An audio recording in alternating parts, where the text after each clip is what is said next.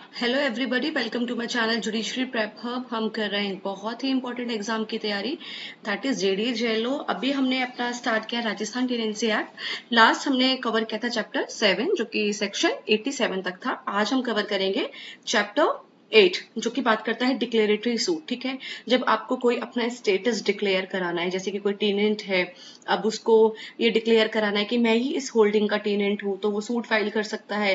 क्योंकि कभी ऐसा ना हो ना कि दूसरा टीनेंट आके कहने लगे नहीं इस होल्डिंग पर तो मैं हूँ। तो फर्स्ट सेफर साइड क्या हो सकता है कि आप अपना जो स्टेटस है वो भी डिक्लेयर करा सकते हैं। अगर जो भी स्टूडेंट इस वीडियो को पहली बार देख रहा है, आपसे रिक्वेस्ट है इस वीडियो को देखने के बाद इससे पहले की जो वीडियोस है उसको जरूर देखना। मैं एक बार आपको बता देती हूँ the way I am teaching. देखिए, इंग्लिश और हिंदी दोनों ही लैंग्वेज में पीडीएफ है और मैं हर सेक्शन के साथ उसका एमसीक्यू कवर कराती हूँ। लास्ट वीडियोस में जो भी मैंने अभी तक अपलोड किए, आप सबके इतने अच्छे कमेंट्स आए हैं, सबका इतना अच्छा रिस्पॉन्स रहा है, तो उसी पैटर्न को मैं फॉलो करते हुए अब आगे चीजें करा रही हूँ। ठीक है, बेयर एक्ट है तो ओपन कर लीजिए और स्टार्ट करते हैं। अब देखिए यहाँ पर क्या है, सूट फाइल किया जा रहा है। सेक्शन 88 में बेसिकली सूट फाइल किया जा रहा है। किस चीज के लिए? कि आप हमारे राइट्स को डिक्लेयर कर दीजिए। अब किस किस के पास अथॉरिटी है? सब सेक्शन 1 ने कहा कि कोई भी पर्सन चाहे तो, ठीक है, जो ये कह रहा है मैं टीनेंट हूं या मैं को टीनेंट हूं इस होल्डिंग का, वो सूट फाइल कर सकता है। ठीक है, डिक्लेयर कराने की कि मेरे पास इसकी टीनेंसी है या मेरे पास इसी होल्डिंग का शेयर है। ठीक, उसके बाद है हमारा इसका example, person claims he is a cotenant and file suit for share. उसके बाद आता है हमारा इसका एमसीक्यू, कौन सूट फाइल कर सकता है, तो फाइल कर सकता है सूट टीनेंट और कोटेनेंट। फिर है इसका सबसेक्शन 2, इसने भी बताया कि और कौन से टीनेंट जो है सूट फाइल कर सकते हैं। तो कहा गया जो टीनेंट है खुदकश के, वो भी क्या कर सकते हैं, वो भी सू कर सकते हैं, सूट फाइल कर सकते हैं अपने स्टेटस को डिक्लेयर कराने के लिए। ठीक है, क्या डिक्लेयर कराने के लिए? कि अगर टेनेंट ये प्रूव कर दे कि हाँ वो ही खुदकश टेनेंट है, तो खुदकश टेनेंट क्या कर सकते हैं, सूट फॉर डिक्लेरेशन फाइल कर सकते हैं। उसके बाद है हमारा सबसेक्शन 3 जो ये कहता है सब टेनेंट चाहे तो लैंडलॉर्ड को सू कर सकता है। तो सब टेनेंट का जो लैंडलॉर्ड कौन होता है, वो तो टेनेंट होता है। तो यहाँ पे फिर सब टेनेंट भी चाहे तो जो है सूट फाइल कर सकता है अपने टेनेंट के खिलाफ। ठीक है, और क्या किस चीज के लिए? कि मेरी जो सब टेनेंसी उसको डिक्लेयर कराने के लिए। ठीक है, sub tenant proves his right against tenant. फिर है सब टेनेंट जो सू करता है वो किसको करता है, अपना इमीडिएट लैंडलॉर्ड। और इमीडिएट लैंडलॉर्ड कौन होता है, सब टेनेंट का टेनेंट। जैसे मैं हूँ, ठीक है, मेरी लैंड है, मैंने आगे किसी टेनेंट को दी, फिर उस टेनेंट ने सब टेनेंट को दी, तो सब टेनेंट के लिए तो लैंडलॉर्ड वो टेनेंट हुआ ना, और उस टेनेंट के लिए लैंडलॉर्ड मैं हुई। ठीक है, तो यहाँ पे ये बात की गई है। फिर है इसका सबसेक्शन 4, अब यहाँ पे लैंडलॉर्ड को भी पावर दे दी गई कि वो भी सूट फाइल कर सकते हैं टेनेंट के अगेंस्ट में अपने स्टेटस को डिटरमाइन कराने के लिए। ठीक है, तो लैंडलॉर्ड ने भी चैलेंज कर दिया टेनेंट के क्लेम को। फिर है कि क्या लैंडलॉर्ड जो है सू कर सकता है, तो यस बिल्कुल कर सकता है। तो ये हमारा सेक्शन 88 है। अब है हमारा सेक्शन 89। ठीक है, suit as to class of tenancy. अब देखिए, खुद कास्ट के रूप में भूमि की घोषणा के लिए वाद, सॉरी, अभिधृति के वर्ग आदि के बारे में वाद। ठीक है, suit as to class of tenancy. ठीक है, आप किस क्लास के टेनेंट है, अब आप उसके लिए सूट डिक्लेयर कर रहे हैं। अभी आप 88 में क्या सूट फाइल कर रहे थे कि भाई मैं टेनेंट हूं, मैं को टेनेंट हूं, या फिर मैं सब टेनेंट हूं, इसको डिक्लेयर कर दो। अब आप सूट फाइल कर रहे हैं कि मैं किस क्लास का टेनेंट हूँ। भाई मैं खातेदार टेनेंट हूँ, गैर खातेदार टेनेंट हूँ, मालिक हूँ, खुदकश लैंड का टेनेंट हूँ, ये सब चीजें। ठीक है, तो अब क्या है यहाँ पे, जो टेनेंट है और लैंड होल्डर है क्या कर सकता है, सूट फाइल कर सकता है। ठीक है, लैंडलॉर्ड चाहे तो वो भी सूट फाइल कर सकता है और टेनेंट चाहे तो वो भी सूट फाइल कर सकता है कि आप डिक्लेयर कीजिए मेरी टेनेंसी डिटेल्स को। ठीक है, आप डिक्लेयर कीजिए मेरी टेनेंसी डिटेल्स को। अगर आप सेक्शन 89 देख रहे हैं, इसके अंदर कितने पॉइंट्स हैं, इसके अंदर पॉइंट्स हैं जी तक। ठीक है, आप देख रहे होंगे ए से लेकर जी तक पॉइंट्स हैं। तो जो पहला इसका पॉइंट है ए, वो क्या बात कर रहा है कि क्या क्या डिटेल्स आप मतलब डिक्लेयर करा सकते हैं। तो पहला है, अगर आप पूरी लाइन पढ़ेंगे, the class to which the tenant belongs. देखो मैं आपको एक बात बताती हूँ, मैंने इस तरीके से ये वर्ड्स इसमें ऐड किए हुए हैं। ठीक है, और मतलब नोट्स बनाए हैं इस तरीके से। आपको क्या करना है, आपको ऐसे ही नोट्स बनाने हैं। ठीक है, जैसे मैंने यहाँ पर दिखाए, लिखते जाना, क्योंकि मैं आपको इसलिए बता रही हूँ, बाद में जब रैपिड रिवीजन करेंगे तो ये काम आएगा।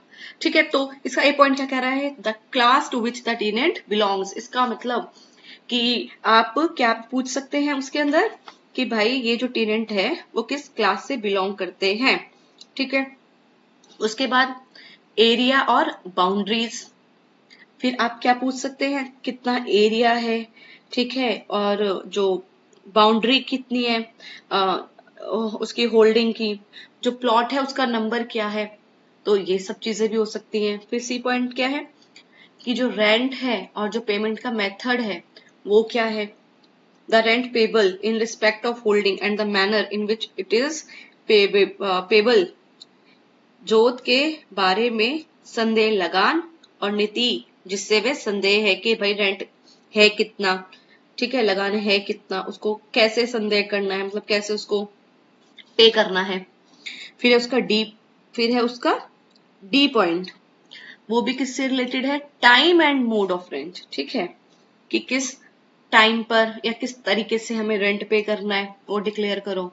फिर है इसका ई, टेन्योर पीरियड। देखिए, in the case of rent payable in kind, अगर आप जो रेंट पे कर रहे हैं, आप काइंड में रेंट पे कर रहे हैं, कैश दे के नहीं कर रहे हैं, मतलब आप क्रॉप्स वगैरह दे देते हैं लैंडलॉर्ड को।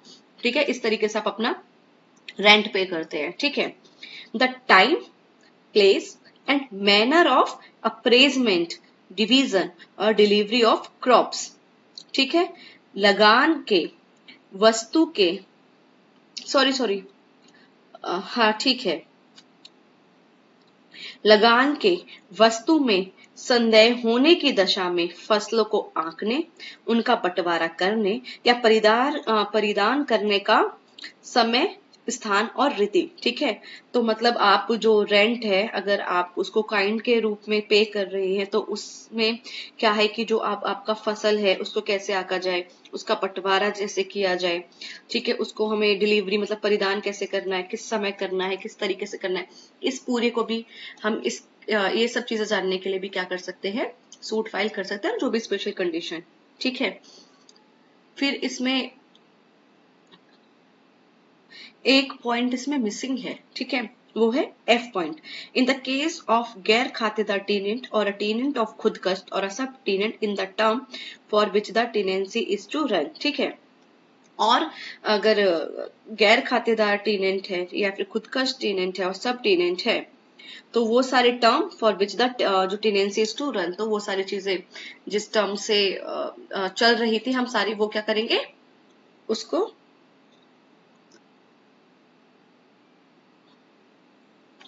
आपने इसमें एफ पॉइंट देखा होगा, सेक्शन 89 की मैं बात कर रही हूँ, वो इसमें मिसिंग है।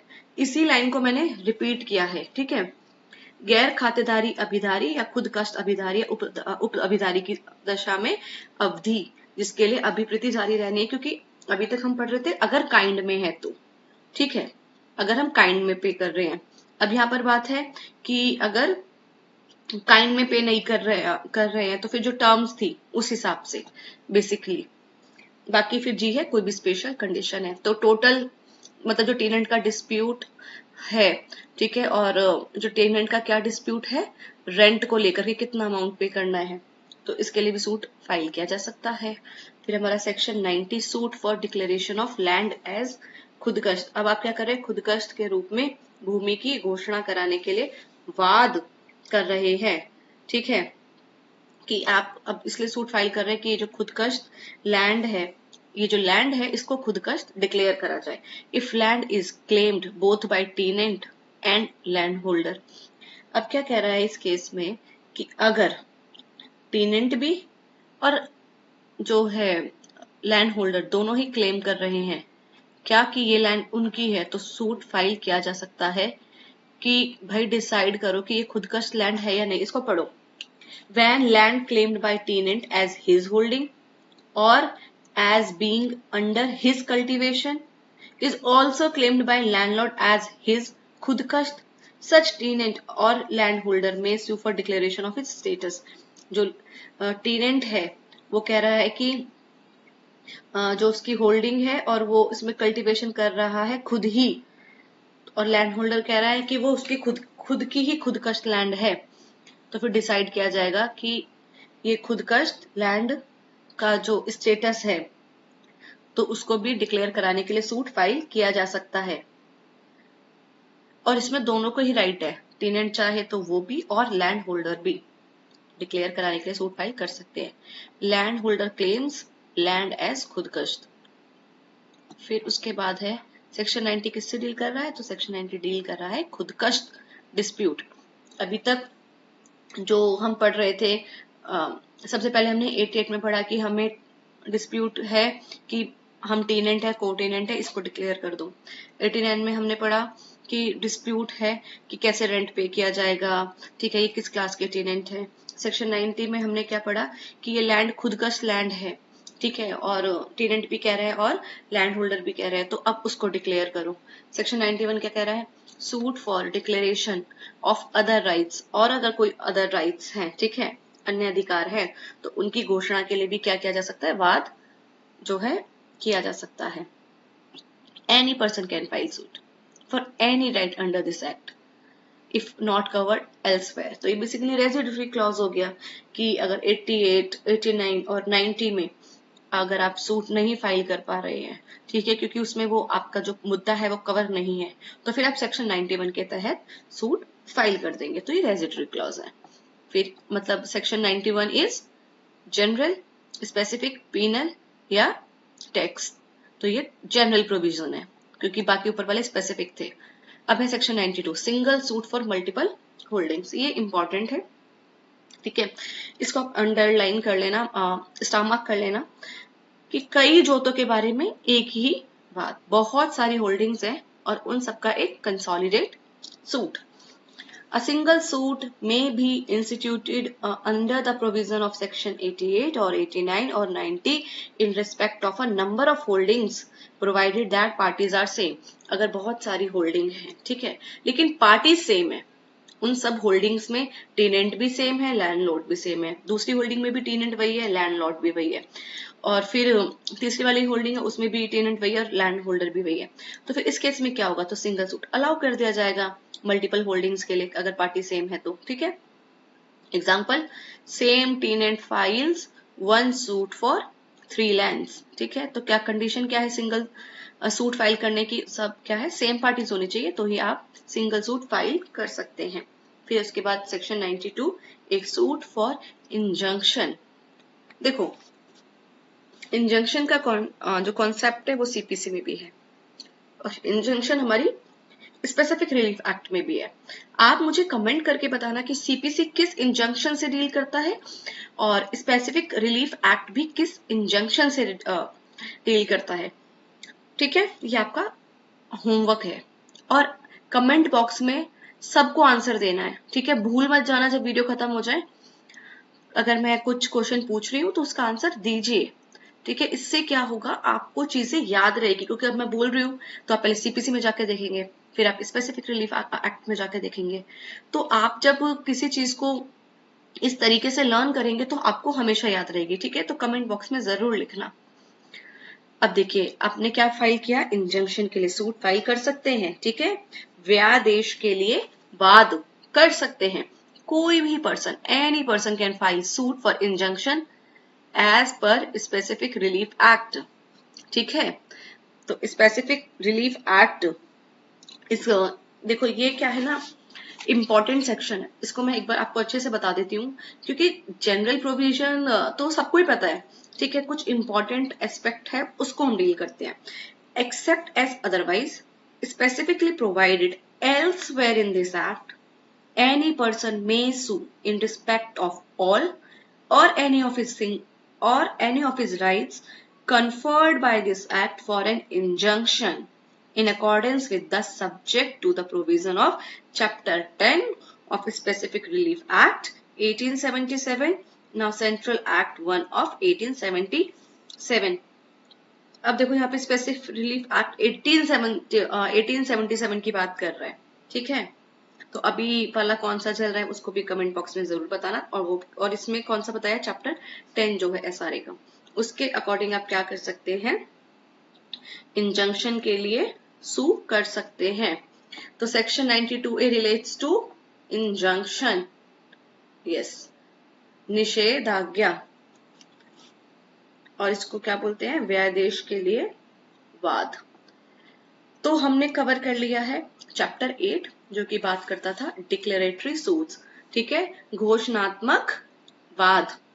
बेसिकली ये कह रहा है कि अगर अभी तक हम पढ़ रहे थे कि टीनेंट है, ये राइट्स है, कैसे राइट एक्वायर करेंगे, लैंड है, उस पे हमारे ट्रीज है, किसका अधिकार है किसका नहीं। अब बात आ रही है, अब आप टीनेंट हैं और कोई क्वेश्चन मार्क लगा देखिए तो टीनेंट ही नहीं है, तो कैसे उसको डिक्लेयर कराएंगे, खुद का लैंड किसकी है, टीनेंट बोल रहा है मेरी, लैंडलॉर्ड बोल रहा है मेरी, तो किसकी है, ठीक है। बचे हुए मुद्दे जो कि सेक्शन 88, 89 और 90 में नहीं है, तो वो 19(1) में आप उसके लिए सूट फाइल कर सकते हैं। फिर 92 में बोला गया, बेसिकली कंसोलिडेट सूट के बारे में बात की गई है ना, कि आप अगर सेम पार्टी है तो बहुत सारे सूट फाइल ना करके एक ही सूट फाइल कर दो, ठीक है। मल्टीपल सूट फाइल करने की जरूरत नहीं है क्योंकि बहुत टाइम लगेगा कोर्ट का भी और पार्टी का भी। उसके बाद है सेक्शन 92 कि आप इंजंक्शन के लिए भी सूट फाइल कर सकते हैं। So we have covered chapter 8 declaratory suit from section 88 to 19, from section 88 to section 92A. So guys, that's all for today. If you're liking my pattern, do like, do share, do comment. Don't forget to comment those questions which I've asked you in this video, okay? And yes, do subscribe my channel. Bye bye, take care.